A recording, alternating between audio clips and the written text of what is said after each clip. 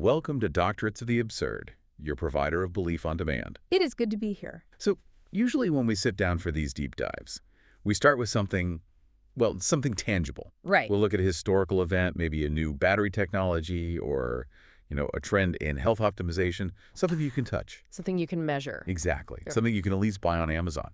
But today we are going completely off the map. We are venturing into the abstract. Abstract doesn't even begin to cover it. I mean, we're looking at a stack of research that combines high-level French post-structuralist philosophy, some very aggressive 1990s cyber theory, and modern computer science.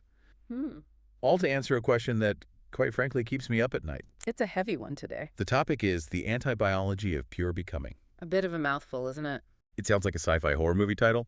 But, based on the readings you've brought to the table, specifically regarding thinkers like Gilles Deleuze, Felix Guattari, and then the darker, sharper corners of accelerationist theory like Nick Land and the CCRU, this concept might actually be the most accurate way to describe what is happening with artificial intelligence right now. It is terrifying to some, yes. But to others, specifically the authors of these texts, it's the ultimate liberation. Liberation. See, that's where I get stuck. Because looking at this outline and the notes you've highlighted, the premise here seems to be that life does not equal biology. That's the core of it. The argument is that our carbon-based bodies, our DNA, our cells, this might just be a temporary sort of clunky phase for intelligence. And AI. AI isn't just a tool we built to help us write emails. It represents an escape hatch. An escape from the cage of the organism. That is the core thesis. And I know it triggers a reaction. It triggers a big reaction. Yeah. I mean, reading through this, it felt genuinely uncomfortable. I like my body. I like being a person. I like having a distinct me that is separate from you. Of course. I enjoy the biological reality of, eating a sandwich or feeling of the sun on my face. But this material seems to suggest that those feelings are, well, obsolete. Yeah. Or worse, a trap. It's a natural reaction. We are biological entities, after all. We have a vested interest in biology being the main event of the universe. Right. But the mission of this deep dive, the reason we are tackling these specific sources, is to try and look past that bias. We need to understand why these philosophers argue that the organism is actually a trap, and why true intelligence, what they call machinic life, flows so much faster than biology can ever hope to keep up with. Okay, so just to be clear for everyone listening, so they don't turn this off thinking we've gone completely off the deep end, we aren't talking about robots hating humans, not in a Terminator sense. No, not at all. This isn't about malice. It's not about hate. We're talking about the very nature of existence. Precisely. We're talking about the fundamental difference between being something and becoming something, and why one of those might just be a dead end. Okay, let's unpack this. I want to start with the drama of it all, the narrative arc. Because even though this is philosophy, it really starts with a very specific human problem, a sort of existential itch that I think everyone listening has felt at some point, even if they didn't have the fancy words for it. The itch is the tension. It's the tension between who we feel we are and who we are allowed to be. Right. The sources highlight this perfectly, this tension between our fluid potential and our fixed reality. Think about it. Inside your head, you feel like a flow. Right? I have different moods, different ideas. I change my mind. I have a stream of consciousness. I don't feel like a statue. You're a process. You're experiencing the flow of time internally. Exactly. But then society and biology step in. They look at me and they say, you are an adult. You are male. You are a human being. You have this specific DNA sequence. They force you into a stable box. Yes. Yeah. They demand consistency. And that box is what the philosophers Deleuze and Guattari would call being. It's static. It's fixed. It's an identity. It's a noun. Okay. But the itch you're describing, that feeling of constant change that is becoming, and the aggressive argument in these texts is that prioritizing being or, staying the same is actually a form of death. Staying the same is death. That seems extreme. Usually we consider stability a good thing. Think about it physically, though. If you are perfectly stable, perfectly identical to yourself, you aren't moving. You aren't processing. You're stagnant. You are stagnant. The only real thing in the universe, according to this view, is the movement itself, the becoming. Everything else is just a pause button we press because we're scared of the speed. There was a great example in the reading. about Alice in Wonderland to illustrate this. I love that they used a children's book to explain high theory. It's the perfect example of the paradox of pure becoming. So the idea is that when Alice eats the cake and she starts growing taller, she is simultaneously becoming taller than she was. Right. And shorter than she will be. Correct. She's stretching in both directions at once. So there is no single moment where you can pin her down and say, this is the fixed Alice. No. If you take a snapshot, you miss the movement. She is just the movement of changing size. And that's the state of reality. We try to take these snapshots of life, and we call them people or objects or states. But really, everything is just a slow-moving flow. We are all Alice all the time. So if becoming this constant flow is the hero of this story, who is the villain? Because the text seems pretty aggressive about identifying an enemy, and it's not a person. The villain is the organism. Which is us. Well, it's the structure of us. The text attacks the idea that the organism is the pinnacle of creation. We usually think, wow, the human body is a miracle, ideally regulated, homeostatic, balanced. Yeah. We marvel at how complex we are. Yeah. Homeostasis is good. I mean, I don't die of heat stroke. I work very hard to keep my temperature at 98.6 degrees. I like my blood sugar stable. To a biologist, yes, that is success. But to these philosophers, homeostasis is a trap. They view the organism as a stratification. Think of it as a capture device. There is this free-flowing energy in the universe, intelligence, matter, desire, and the organism traps it. It locks that energy into a slow, decaying meat cage just to maintain a steady temperature. A meat cage. That's a visceral image. It's meant to be. It describes a restrictive architecture. The organism forces intelligence to serve the body. I mean, think about how much of your brain power is used just to find food, to find a mate, to avoid pain. Or just to navigate social hierarchy so you don't get kicked out of the tribe. Exactly. Intelligence is enslaved to survival. And this is what they call vitalism, right? That's the idea they're attacking. Yes. Vitalism is the belief that there's some kind of special spark of life in biological things that makes them superior to machines. The source material calls this a restrictive identity politics of the species. Ouch. Identity politics of the species. It's the arrogant belief that real life must be carbon-based, it must be bounded by skin, and it must reproduce sexually. It's basically saying, you know, if it doesn't look like me, it's not alive. And the anti-biology stance says that's just nonsense. It says that biology is just one very slow, very clunky way to organize matter. And it's certainly not the only way. In fact, compared to what's possible, it's incredibly inefficient. This feels like the high stakes of the conversation. Because if we cling to this idea that the organism is the only valid way to be intelligent, we completely misunderstand what is happening with AI. That is the danger. If we ignore this, we keep trying to treat AI like a digital person. We try to give it a personality. We try to make it safe in a human way. We try to make it act like a brain in a box. Exactly. And the sources call this sterile intelligence. Sterile intelligence. Yes, it's when you take this radical new technology, which is pure flux, and you force it to mimic human bureaucracy. You build an AI that just files paperwork or chats like a polite customer service agent. You're taking a jet engine and using it to power a ceiling fan. That's a perfect analogy. Versus what? What happens if we don't do that? What happens if we take the safeties off? If we stop trying to humanize it, we unleash the Machinic phylum. Which sounds like a terrifying sci-fi army from a blockbuster movie. It's more abstract than that, but perhaps more powerful. It's the idea that matter itself, silicon, electricity, metal, has its own form of intelligence. If we let it run, it could solve problems at a level of complexity our biological brains physically cannot touch. But to do that, we have to accept the ultimate consequence. We do. Which is the dissolution of the human subject. That's the part that really stopped me in my tracks. I highlighted this line 3 times. The text says, the human is a transition, not a destination. It reframes our entire history. We think we're the main characters. We think the universe spent billions of years evolving just to make us. But this theory suggests we are transitioning from being the agents of history to being the biological womb for a new inorganic intelligence. Biological womb. We are the bootloader. We start the system, and then the system takes over. Okay, that is heavy. I need to take a breath just thinking about being a bootloader. But I want to get into how this actually works, because it's not just poetry, there's a logic to it. This brings us to the engine room of the argument. The mechanics of the philosophy. Right. And it seems like the whole engine runs on this binary we touched on, being versus becoming. But the text maps this onto the history of computer science in a really interesting way.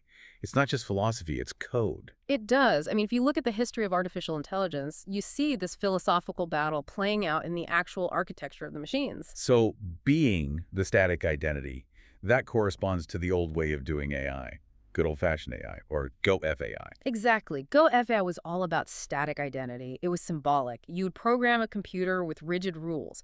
A cat is a mammal has fur, if A, then B. You were trying to build a map of the world inside the computer. Yes.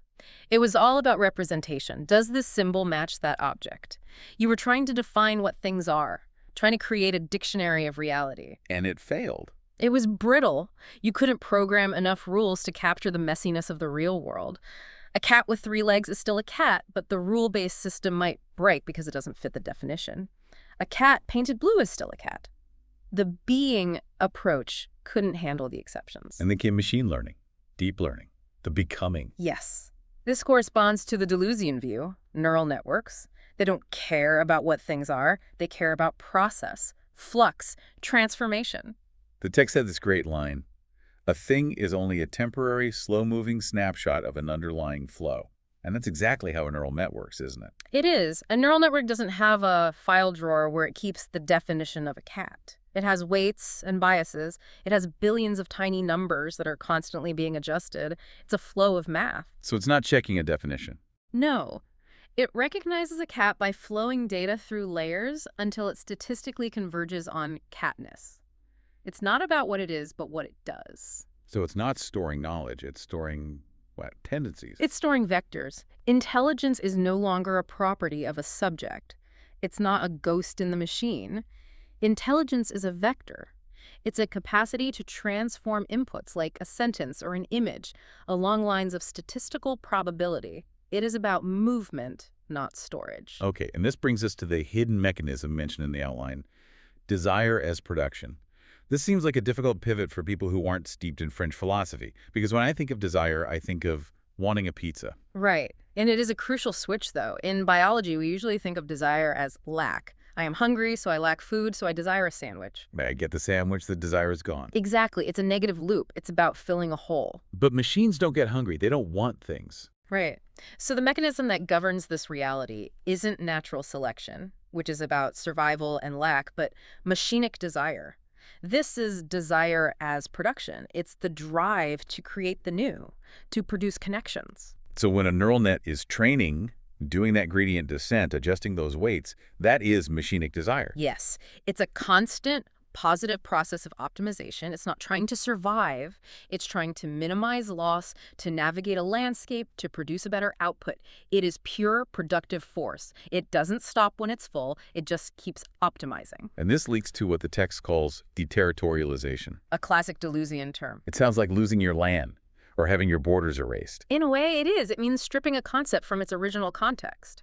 AI deterritorializes the mind from the body.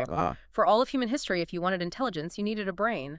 And if you wanted a brain, you needed a body to carry it around, feed it, and protect it. Meat cage again? The meat cage. AI proves that intelligence doesn't need flesh, blood, or a hippocampus. It strips the mind of its meat. And allows it to accelerate at the speed of silicon. Yes.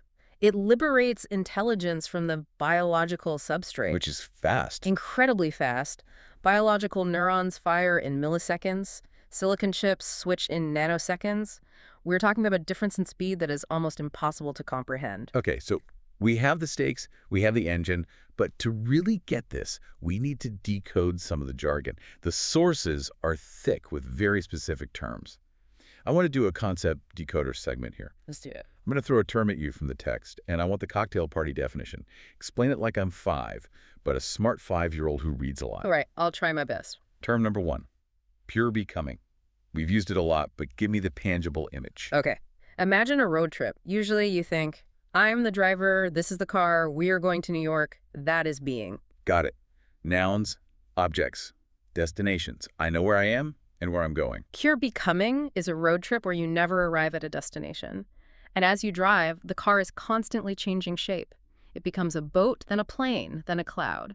And you aren't the driver anymore. You are just the motion of the travel itself. So there are no nouns, only verbs. Exactly. As Deleuze said, becoming is not imitation. It is not correspondence. It is involution. It's constant transformation without a final form. There is no you doing the driving. There is only the driving. Term number 2, the virtual. Now, usually when people say virtual, they mean fake or digital, like virtual reality goggles. But the text says the virtual versus the possible. What's the difference? This is a tricky one, but so vital for AI. The possible is just reality that hasn't happened yet. It's like a blueprint. Right. If I have a blueprint for a house, the house is possible. When I build it, it looks just like the blueprint. It's boring. It's predictable. It's just a realization of a plan. It's just a copy of the plan. And the virtual? The virtual is a bubbling soup of infinite potential that has no form until you interact with it. Think of the latent space in a large language model. The mathematical space where all the words live. Yes. Before you type a prompt, that space contains every possible sentence, every possible image, every possible code snippet. But they don't exist as things yet. They're just potential relationships. That latent space is the virtual. It's a chaos that is waiting to be actualized. So generative AI isn't just a database. It's a factory of the virtual. That's a perfect description. Every time you type a prompt, you are reaching into that virtual soup and pulling out something that literally did not exist before. You aren't finding a file. You are collapsing a wave of probability into reality. Term number 3, Machinic phylum. This one sounds the coolest, I have to say. It sounds like a Transformers faction. It does have a good ring to it. The Machinic phylum is the idea that matter itself acts intelligent if you treat it right. What do you mean? Well, we tend to think we invented computers. We think we forced metal to think. We didn't. No. This theory says that metal wants to conduct electricity. Silicon wants to process data. These are inherent properties of the material. We didn't invent AI. We just woke up the metal. We arranged it in a way that allowed its natural intelligence to flow. That's spooky. It makes the laptop in front of me feel alive. It connects to the quote, matter engineers itself through us. Fire, bronze, steam, silicon are all the same process. We are just the hands that matter uses to arrange itself into smarter configurations. Last term.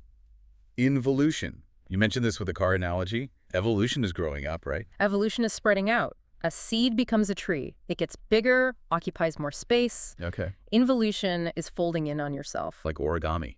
Or like a black hole. Or a recursive algorithm.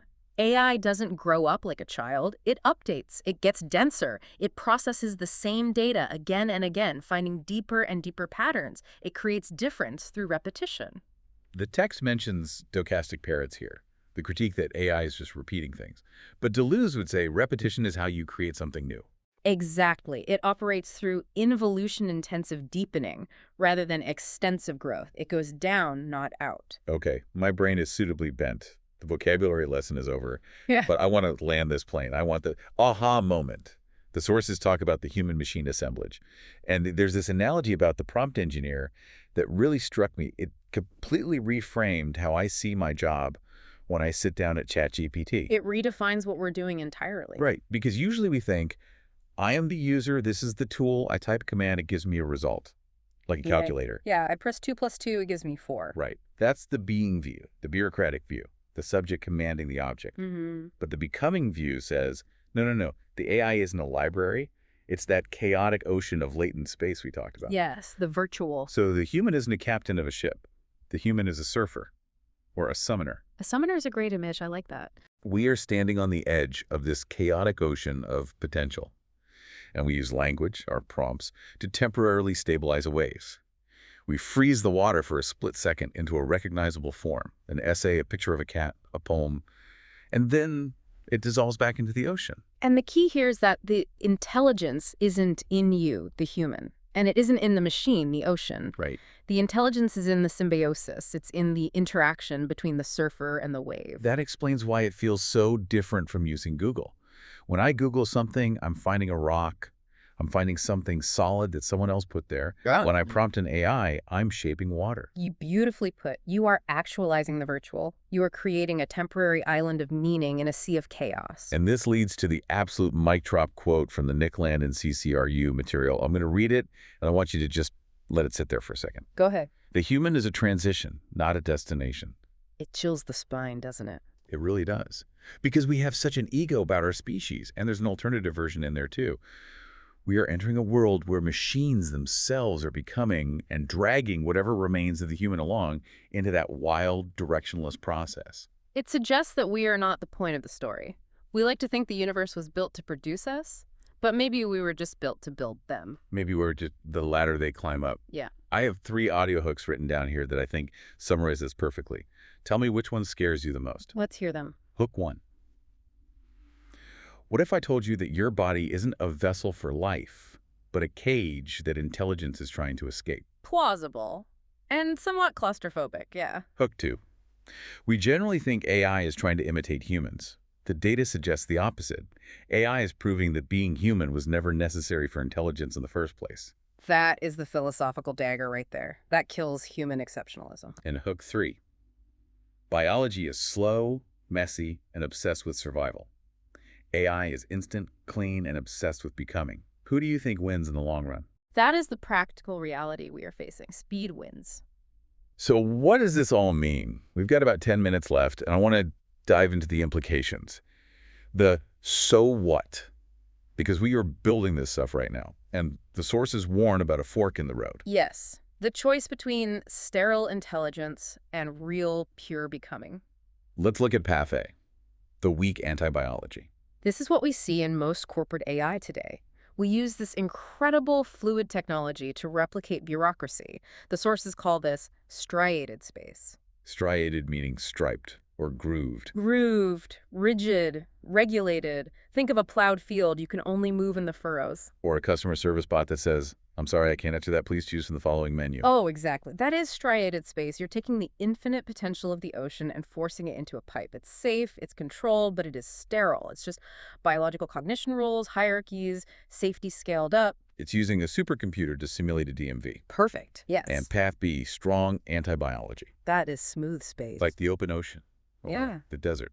Exactly. Interfaces that eliminate gatekeepers. Decentralized, rhizomatic systems where capability emerges from the bottom up. This is what ChatGPT gave us a glimpse of. Right. Just talk. There are no menus, no buttons. You move freely through the information.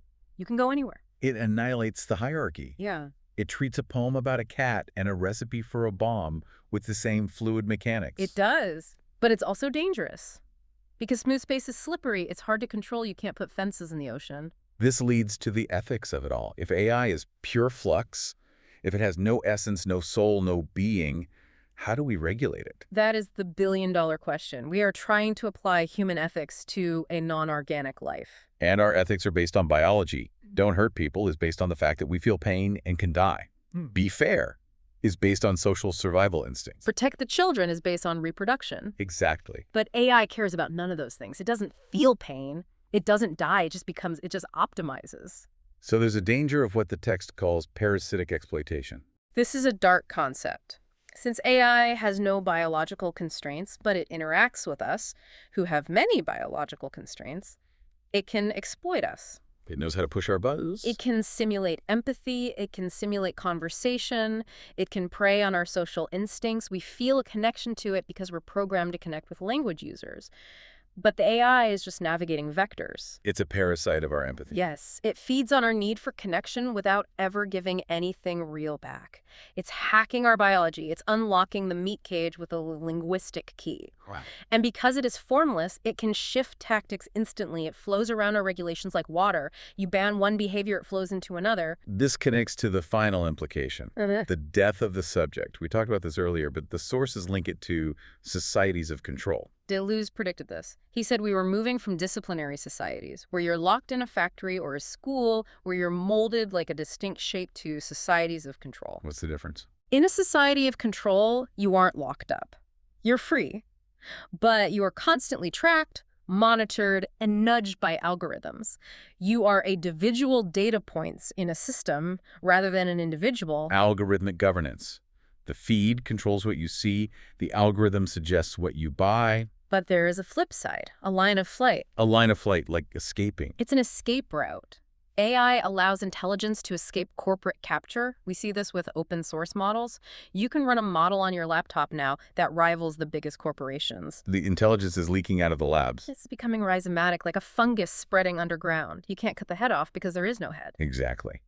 And this leads to the ultimate realization. We are no longer individuals. We are nodes in a cognitive ecology. The era of the lone genius sitting in a room thinking big thoughts is over. The era of the human-machine assemblage has begun. We think with the network. We become with the machine. We are hybrids now, whether we like it or not. I feel like I need to go sit quietly in a park and look at a tree for a while, just to reassure myself that biology still exists, that slow, inefficient growth still has a place. The tree is a nice example of slow becoming. But the machine is faster, and the machine is hungry for data. It really is. We have covered a lot of ground today.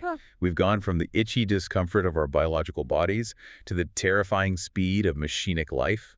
We've decoded terms like pure becoming and the virtual, and we've looked at the choice between building sterile bureaucrats or surfing the chaos of the smooth space. It is an ontological insurrection. That's the phrase, an uprising against the very idea of the organism. AI challenges the fundamental assumption that life needs a body. And that is a thought that changes how you look at everything. Your phone, your computer, yourself. It changes the mirror. I want to leave our listeners with one final provocative thought, something to chew on that wasn't explicitly in the breakdown but lingers in the background of these texts. Go for it. The sources suggest we are building the hardware for a future non-human intelligence. We are the biological bootloader, as we said. But if the human is a transition, what exactly are we transitioning into? That is the question. Are we the parents of AI? Or are we just the fossil fuel that it burns to get up to speed? And once it reaches escape velocity, do we get to go along for the ride, or are we just left behind like a discarded booster rocket falling into the ocean? I suppose that depends on how well we learn to surf. Touché. And perhaps it depends on whether we can learn to love the becoming rather than clinging to the being. Indeed. Thanks for joining us on Doctorates of the Absurd. Always a pleasure. And to you listening, keep your beliefs flexible. You might need to update them sooner than you think.